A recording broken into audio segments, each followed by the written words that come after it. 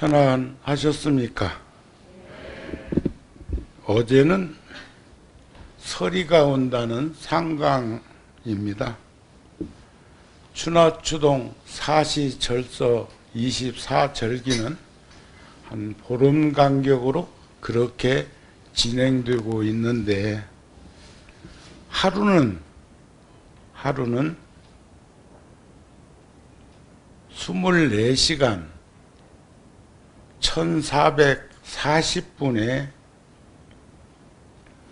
4만 킬로미터를 자전한다고 하죠. 그걸 제가 시간적으로 키로수를 나눠보니까 1분에 27.75 킬로미터를 자전하고 있더라고요. 우리가 고속도로에서 100km나 110km로 달리고 있는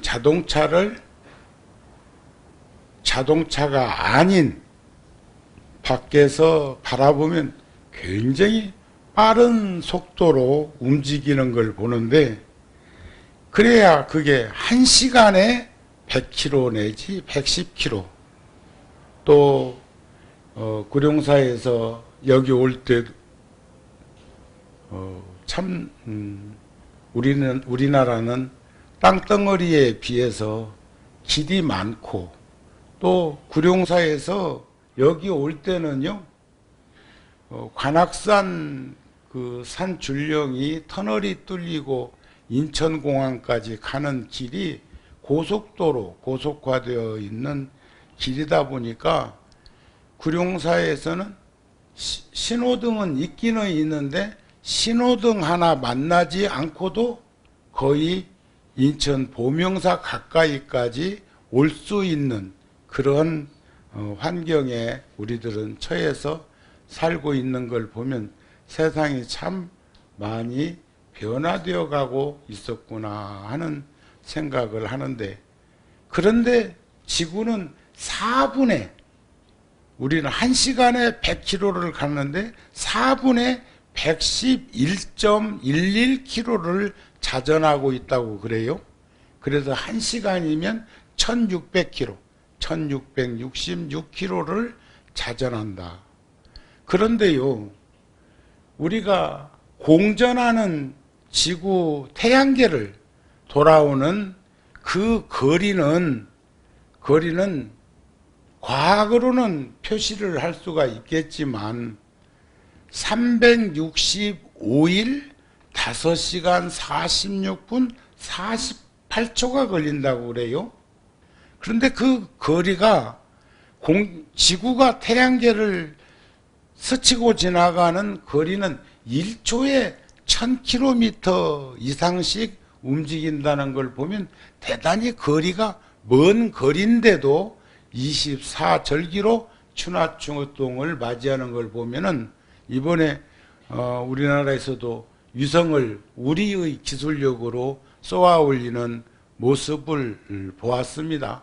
시작이 반이라니까 내년 5월 달에 쏠 때는 정부에서 원하는 바대로 잘 되고 이제 세계에서 7번째로 위성을 지니는 나라가 되지 않겠는가 하는 생각을 가져보기도 합니다. 하여튼 늘상 우리들의 일상 속에서 변화되어지는 것을 우리는 느끼지 못하면서 어느 순간에는 불식간에 그것으로부터 영향을 받는 그런 일들이 많은 것이 아닌가 싶은데, 그렇게 하기 위해서는 우리는 세상을 바라볼 수 있는 안목이 있는 그런 변별력을 가져야 되지 않을까 싶은데, 오늘은 제가 복에 대한 얘기를 좀 하고 싶습니다. 여러분들 지금 현재 살고 있는 현실을 복 있는 삶이라고 생각되시거들랑 고개를 한번 끄덕끄덕 해보세요. 지금 만족한다, 자족한다, 이 정도 사는 것도 복된 인생이다 아직도 목마름이 많으면 도리도리 한번 해보든지.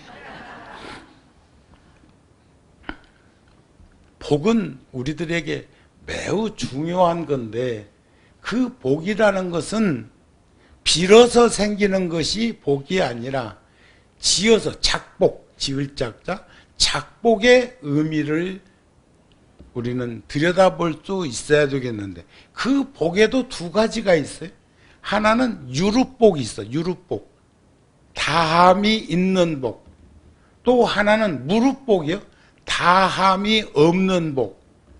그럼 다함이 없는 복이란 복과 덕과 지혜가 합성된 공덕이에요. 공덕. 공덕이라고 하는 복은 무루복입니다. 다함이 없어. 근데 지금 우리가 일상적인 현실 속에서 생활하고 있으면서 나타나는 현상은 유루복으로 벌어지는 일들이에요. 어떤 이는 참 복이 많다고 하는 얘기들을 하고 정우 스님도 내가 볼 적에는 복이 많다고 생각은 안 되는데 주변에서는 복이 많은 스님이라고 하는 일마다 다 잘 되는 스님이라고 얘기를 하는 것 보면은 없는 스님이라고 하는 것보다는 나아. 정우 스님은 개인적으로는 단돈, 그 돈이 적은 돈은 아니야. 1,000만 원 없는 편인데 1,000만 원을 써야 될 때는 쓸 수 있는 현장에서 소임을 보고 있어요. 근데 그 돈이 누가 그냥 갖다 주어서 생기는 그런 재원이 아니고 근검, 전략, 검소하게 살면서 한 푼, 두 푼 여러분들이 가정에서 무덤을 가지고 있는 것처럼 했던 일을 올곧하게 필요한 곳에 적절하게 사용할 때 남들이 볼 때는 얼마나 많으면 저런 일을 예를 들어서 작년에 저 속초 그쪽에 산불 났을 때 또 태풍으로 홍수 났을 때 몇 년 전에 또 네팔에 지진 났을 때 그때 다 제가 1억씩 했어요. 1억씩. 내 돈 갖고 한 거 아니에요. 여러분들이 시주한 시주금을 모아서 가장 필요한 곳이었기 때문에 나는 그것을 집행했다고 생각을 하는데 다른 사람들이 생각할 때는 얼마나 많으면 설악산 산불 났는데 속초에 산불 났는데 1억씩이나 냈다고 이렇게 생각하는 사람들이 있더라는 거예요. 고맙습니다. 감사합니다. 장하십니다. 이런 생각이 아니고 숨 넘어갈 숨을 쉬면서 그런 말을 들을 때는 나도 아찔아찔한데 그때 내 계산법이 있어. 그것을 가슴으로 느꼈느냐 머리로 느꼈느냐에 따라서 달라져. 설악산 그 강원도 쪽에 산불 났을 때 엄청나게 그 전기 누전으로 탔잖아요. 그랬을 때 두 가지 불이 떠올랐어. 하나는 남대문 어느 영감태기가 불질러 가지고 활활 탈 때 그것을 화면으로 영상으로 보면서 그 다음날 아침에 내 입 안이 개떡이 돼 있었어. 헐어가지고 입술을 깨물고 화나기 이전에 국보 1호라고 하는 한국의 표상적인 건물이 타고 있는 그것을 소방서에서 제대로 관장 못하는 것도 속상했고 또 하나는 낙산사가 절에서 불난 게 아니요. 산불이 나가서 그 불이 건너와 가지고 그렇게 재난을 일으켰는데 그 두 가지가 떠올라서 빚을 갚아야 된다. 내가 낙상사 주지는 아니지만 빚을 갚아야 된다는 마음으로 강원도 그 산불난 그 지역의 재해기금으로 종단을 통해서 1억을 내게 된 건데 머리로 헤아렸으면 아무리만 해도 1,000만 원 넘길 수 없어 우리 형편에. 근데 가슴에서 그 아픔을 목격했기 때문에 있는 것 다 털어낸 거예요. 그런데 보명사는 다 털어내도 그만큼 못 내놓을걸. 왜냐하면 구룡사와 열애사 또는 보명사의 살림살이가 다르기 때문이요. 그러면서도 오늘 제가 여기 와가지고 첫 번째 후원에 제일 먼저 그 만두 빚으면서 점심 준비하면서 그 쏙닥쏙닥쏙닥 하는 보살님들의 목소리에 제가 귀를 기울이면서 가서 합장하고 인사했어. 고맙습니다. 장하십니다. 예? 정우 스님이 언제까지 만두를 먹고 갈라는지는 몰라도 예? 하여튼 올 때마다 만두 줘. 하여튼 지금 몇 년째 만두 주거든. 다행히 내가 좋아하는 음식이기 때문에 그대로 수용을 하는데 어떤 포기당에는요 국수 한번 맛있다고 말했다가 10년 넘게 그 절에 법회 가면 국수를 줘. 또 구룡사에서도 된장찌개 한번 맛있다고 해놓고 입 다물고 있으면 석 달은 된장국만 줘. 된장찌개만 줘. 이제 어저께 청국장 저녁에 청국장 나왔던데 어제 내가 아이고 청국장이 맛있었다고 그랬더니 아침에 또 주더라고. 여러분들은 집에서 좀 교대하세요. 그래도 알아. 오늘 만든 음식인가 어제 만든 음식인가는 말을 안 해서 그렇지 저도 알아요. 그 속에 있는 거 씹어보면 따뜻하게 디피기는 디폈는데 끓인 것하고 디핀 것하고는 그 속에 있는 그것이 씹히는 그게 달라. 근데 집에서도 그런 얘기 하는 사람 없지요. 내가 귀뜸해 주니까 응용해가지고 잘 살피세요. 내가 웃자고 한 소리요. 그러면 복이라고 하는 것은 첫째가 작복인데 작복을 하기 위해서는 지혜가 있어야 돼. 지혜가. 어리석으면 절대로 복을 지을 수가 없습니다. 어리석으면 탐욕심이 어리석은 것만큼 늘어나고 어리석은 것만큼 화를 잘 내게 돼 있어. 그게 탐진치 삼독의 번뇌심이에요. 그러니까 복을 짓는 거나 덕이라는 나눔을 통해서 덕을 쌓는 것도 지혜가 없으면 불가능해. 아셨습니까? 지혜는 수행이에요. 수행. 닦는 거예요. 닦는 거. 하나 더하기 하나는 몇입니까? 하나 더하기 하나는 몇이요? 누가 또 저기서 하나라고 그러다가 둘이요? 둘인데 하나 더하기 하나는 둘이라고 고집하거나 집착하는 것은 수학 공식이에요. 쉽다 이거지.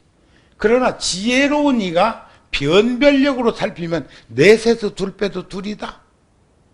하나 더하기 하나만 둘이 아니라. 그러니까 결국 지혜는 응용력이기도 해. 그런데 지혜가 있으면 복을 짓고 나눔을 통해서 덕을 쌓고 하는데 복이 있으면요 장애가 없어. 복 있는 것만큼 장애가 없어. 그러니까 어리석은 사람은 장애가 많은 연유가 있어. 서두르거나 조급증을 내거나 과욕 부리는 현상이 일어나는 거예요. 이해가 되세요? 그러면 우리는 유루복이나 무루복이나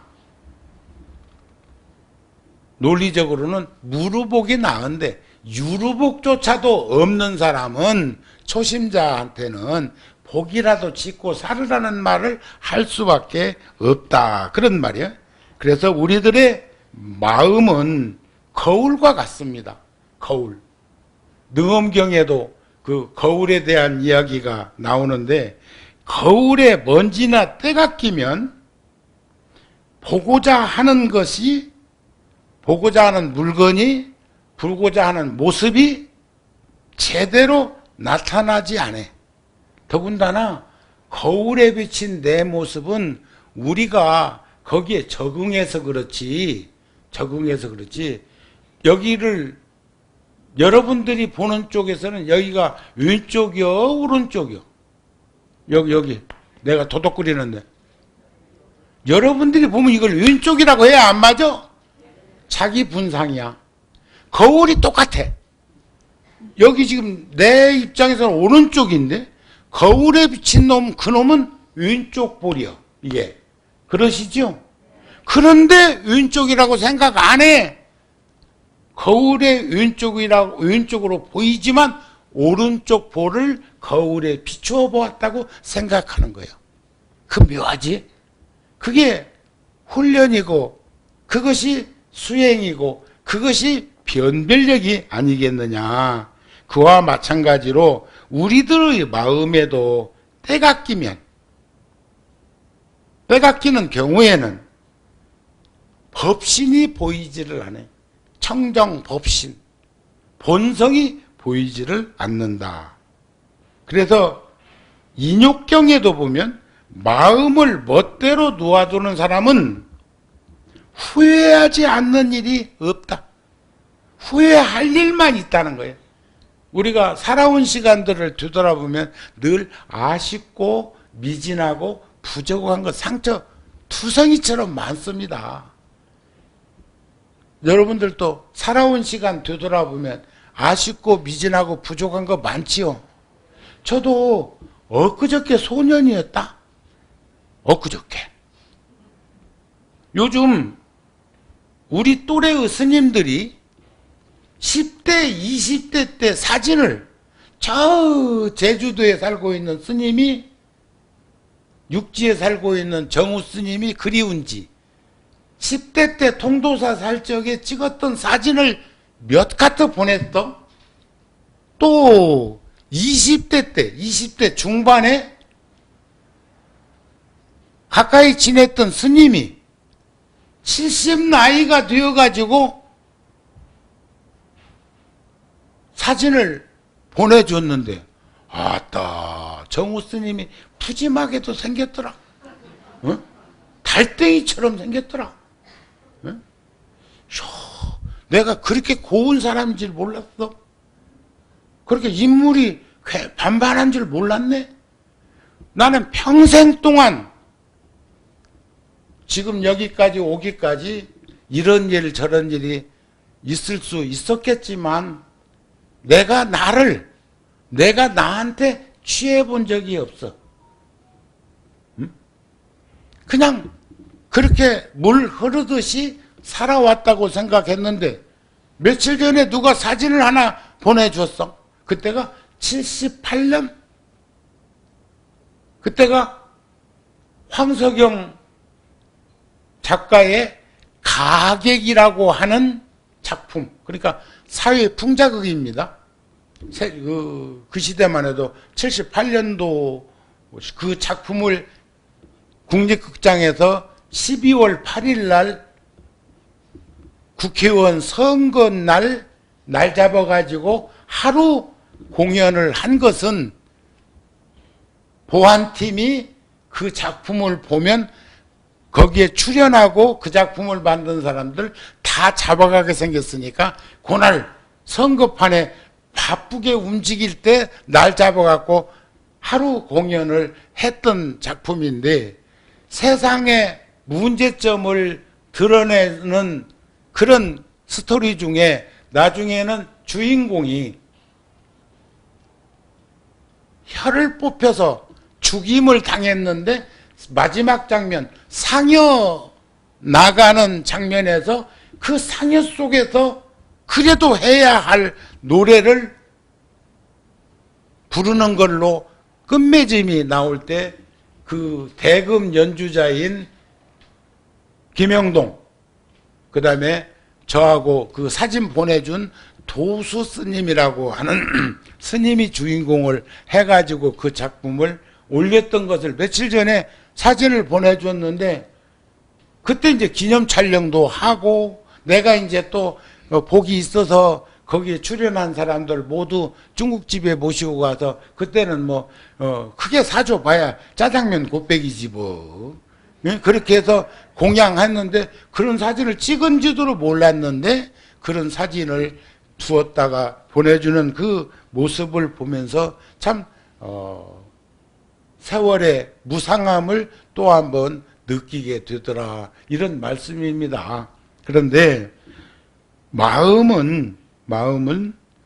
그 마음을 멋대로 놓아두면 그런 사람은 모든 매사에 후회되는 일이야. 똑같이 반성인데 후회하는 것하고 뉘우치는 반성하고는 전혀 현격한 부정과 긍정의 그런 천지음양의 차이만큼 다를 거라고 생각됩니다. 후회하지 않는 일이 없다는 것을 늘 살피면서 삶의 현장에서 어느 자리에 있든지 교만하거나 방자한 마음이 들지 않도록, 그 교만하거나 방자한 그 마음이 부르는 재앙은 저 상징적인 티베트의 수미산보다도 더 무겁다. 수미산이라는 산, 제가 우리 카렌다에 수미산 카일랏이라고 하는 수미산을 찍어서 달력에 1월 달에다가 드러낸 적도 있고, 이제 그렇게 하는데, 그 수미산이 흐르는 물은, 수미산에서 흐르는 물이 간지스강, 인더스강, 항하강, 메콩강, 그 메콩강의 원류가 그 티베트의 수미산에서부터 흐르는 물줄기라고 하는 게 부처님 경전에 나오는데, 그러니까 얼마나 신성시했겠어요. 우스갯소리 하나 할게요. 부처님 제자들이 수미산 순례 간다고 부처님한테 이제 허락을 받으러 고하러 가니까, 부처님이 거기는 왜 가냐 했어? 그 산에 가서 순례를 하고 안욕지라는 못에 그 네 강으로 흐르는 원류에서 목욕을 하면, 마치 인도에서 간지스강에서 목욕하면 업이 돋는다고 인도 영상에 보면 나오죠? 우리로는 상상할 수 없는 물 위에서는 뭐 화장해서 시신 태우고 나면 찌꺼기 거기 다 쏟고 하는데, 거기 가서 그 물 먹고 퍼가고 머리까지 파 묻고 하는 것 영상으로 여러분들 보셨을 거예요. 그러니까 그 원류에 가가지고 업을 녹이려고 갑니다 하니까 부처님이 하시는 말씀이 그러셨어. 그렇다면 거기에 살고 있는 물고기는 무엇이 되었을까? 거기에 살고 있는 들짐승, 날짐승은 내 그 산 헤매고 다니면서 순례를 하듯이 다니고 있으니까 무엇이 되었을까? 자, 부처님 어마어마하신 분이에요. 부처님이 굉장히 합리적이고 현실적인 분이신데도 그럴 때는 아주 단호하게 그런 말씀을 하시기도 했다는 거예요. 그럼 거기서 살고 있는 짐승들은 다 부처님 됐겠다. 거기 가서 업이 다 녹았으니까. 물고기는 그냥 속이 다 보이겠다. 그죠? 거기서 업이 다 녹으면 속이 보인다고 그러잖아요. 맑고 깨끗하면. 그런데 우리들은 복과 덕과 지혜를 증장할 적에 그런 요행수를 두어서는 안 된다. 그래서 부처님이 그런 말씀도 하셨어요. 사람이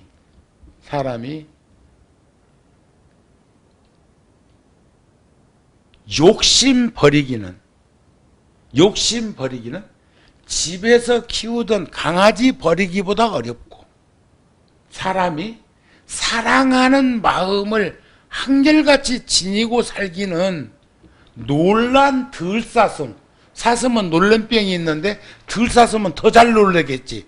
놀란 들사슴 붙들고 있기보다 어렵다. 옹색한 마음은 마른 완두콩. 완두콩 여름에 밥에다 넣어서 먹으면 고소하고 맛있지요. 근데 그놈이 말라놓으면 그렇게 맛있는 완두콩도 마른 완두콩은 어떤가? 옹색한 마음, 마른 완두콩 송곳으로 뚫기보다 어렵다. 그러니까 강약이라고 하는 이런 것들이 어떤 현상으로 부처님이 그 뭐 강아지 버리는 것이나 들사슴 붙들고 있는 것이나 마른 완두콩은 어디서든지 이 얘기는 나올 수 있지만 표현이 적절하잖아요. 비유가 적절하잖아요. 마른 완두콩 송곳으로 찌르기보다 옹색한 마음, 인색한 마음을 가까이 하기는 아주 어렵다는 말을 한 것이 아니었을까. 뭔 말인가 이해가 됩니까? 그래서 우리는 생각하는 그런 것들은 얻기는 쉬워. 이론적으로 논리적으로는 알겠어. 그러나 지키기가 어려운 것은 실천하기가 어려운 것임을 알아야 되겠다. 3살 버릇은 8까지 간다고도 하고 3살 먹은 아이도 알 수는 있겠지만 80 먹은 노인도 그것을 평생 동안 노력해도 그것을 다 이끌어가기는 쉽지 않고 실행하기는 쉽지 않은 건 우리들 충분히 인식하면서 살면서 살아온 시간 뒤돌아보니까 아쉽고 미진하고 부족한 것이 많다는 생각이 드는데 그게 너무 늦게 알아버리면 복잡해져. 계산도 잘 안 나오고 그때는 통안의 눈물을 흘린다고 한들 그것이 궤도 수정이 되겠느냐. 여러분들 텔레비전 잘 보시죠? 요즘은 볼 것도 없지만 잘 보시죠? 저도 가끔 보긴 봐. 그리고 불교 텔레비전이나 불교 방송 거기 보면 060, 800 하나는 7,000번, 하나는 8,000번. 그거 전화 돌리면 5,000원을 가져간다 그래. 5,000원. 그런데 좋은 프로가 나오면 저절로 저는 그걸 꼭 누릅니다. 그래서 전화위금이 꽤 나올 때도 있어. 한 통화하면은 5,000원 떼가니까. 그런데 방송국 쪽에서 물어보니까 내가 이사회에 가가지고 그 궁금하니까 물어볼 거 아니에요. 1,000원도 매일 1,000원이면 1년이면 36만 5천 원이요. 아까 들어오다가 행복 바람일 거기 그 통이 하나 여기 놓여 있던데 우리 보명사 주지스님은 사유성도 높아가지고 그런 것들 늘 올 때마다 있는데 오늘은 들여다봤어. 들여다보니까 1,000원짜리가 수북하게 있더라고. 그것도 얻어 챙겨서 보내야 또 모일 거 아니야. 너무 많이 들어가 있으면은 또 넣고 싶어도 안 넣는 사람도 생길 수 있으니까 주의시 말았어요. 그런데 그럼 보세요. 1,000원도 매일 모으면 36만 5천 원인데 5천 원이면 만 원이면요 매일 10,000원씩 모으면요 쉽지 않지만 365만 원이에요. 하루에 10만 원은요. 정우 스님은 하루에 10만 원씩 쓰기로 말하면 충분히 쓰고도 남을 환경에 노출되어 있는데 그 돈을 1년 동안 취합해 보니까 3,650만 원이면요. 청년들의 연봉이야. 연봉도 넘을 수도 있어. 그러니까 우리는 1,000원도 소중하다는 것을 알고 내 자신한테는 그런 돈을 함부로 낭비하지 않는 삶을 살도록 했으면 좋겠다는 생각이 들어진다는 거예요. 그런데 5,000원도 그러면 그것도 한 200만 원 가까이 돼요. 매일 한 통화씩만 해도. 그런데 그 숫자가 많으니까 방송국에 물어보니까 1년에 한 30억 정도 ARS로 들어오는 돈이 되고, 또 한 방송국은 한 20억 정도. 그런 얘기를 들어보면 참 우리 불자들이 그렇게 살림살이도 요즘 어렵고 힘든데 그런 일을 하고 있고, 그게 바로 무루복이에요.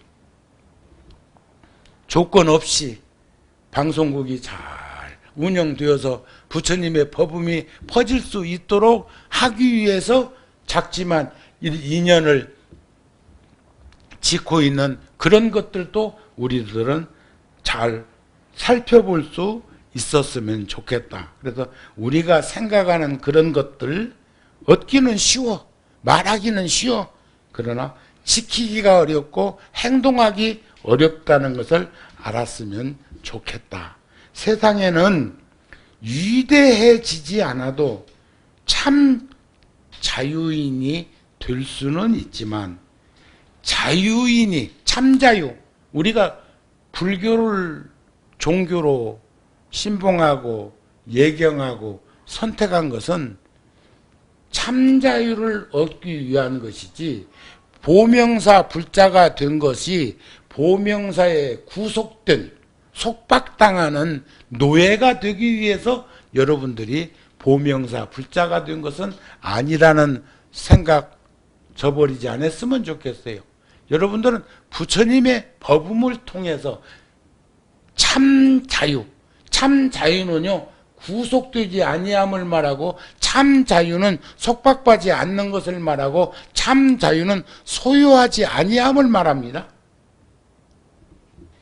가족 구성원이 서로가 서로를 사랑하는 것을 마치 구속하는 것으로 생각하는 것처럼, 내가 불교에 귀한 것이 불교의 예속물이 되기 위해서 한 것처럼 생각하면 그 사람은 종교를 잘못 선택한 거예요. 아셨습니까?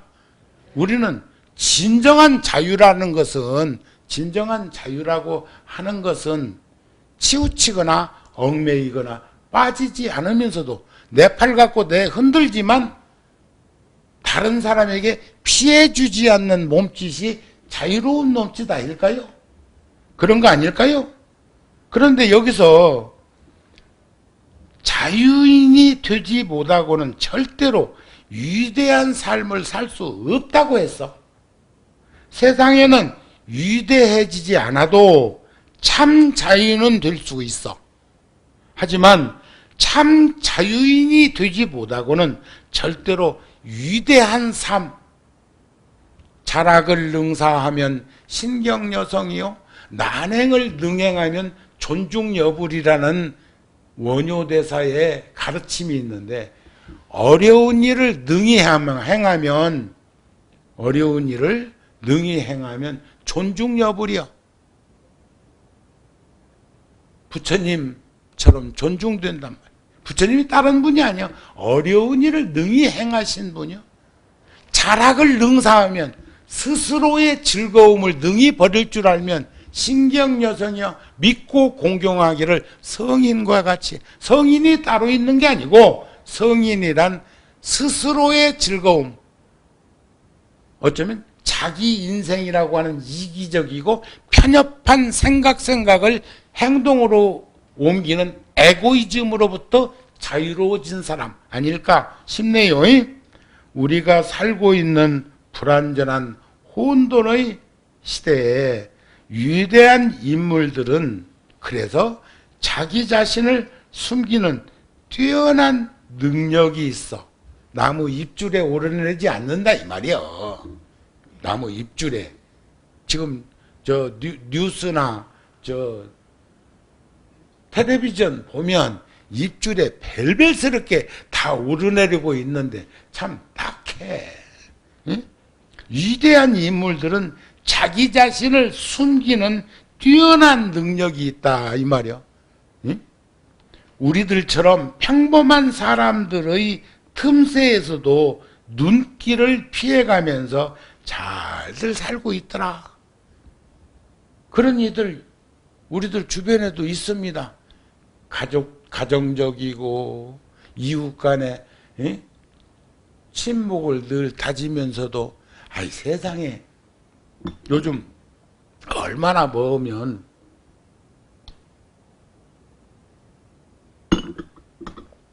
우아랫집에서 우회집 위층에 사는 젊은 새댁이 애들이 쿵쾅거리고 뛰고 하니까 아랫집에 혼자 사는 노인한테 뭘 좀 갖다가 드리려고 가니까 집에 안 계셔. 그러니까 거기다 쪽지를 하나 써놓고 그 먹을 것을 놓고 왔는데 며칠 있다가 그 노인은 또 그 우회집 애들 노는 그 집에다가 편지 하나를 써서 먹을 것을 또 갖다가 또 놓았는데 거기에 그런 말이 써져 있대. 혼자 있어서 적적했는데 우회집이라도 쿵탕쿵탕 해주니까 사람 사는 것 같이 좋다, 고맙다, 괜찮다 이러셨더라고요.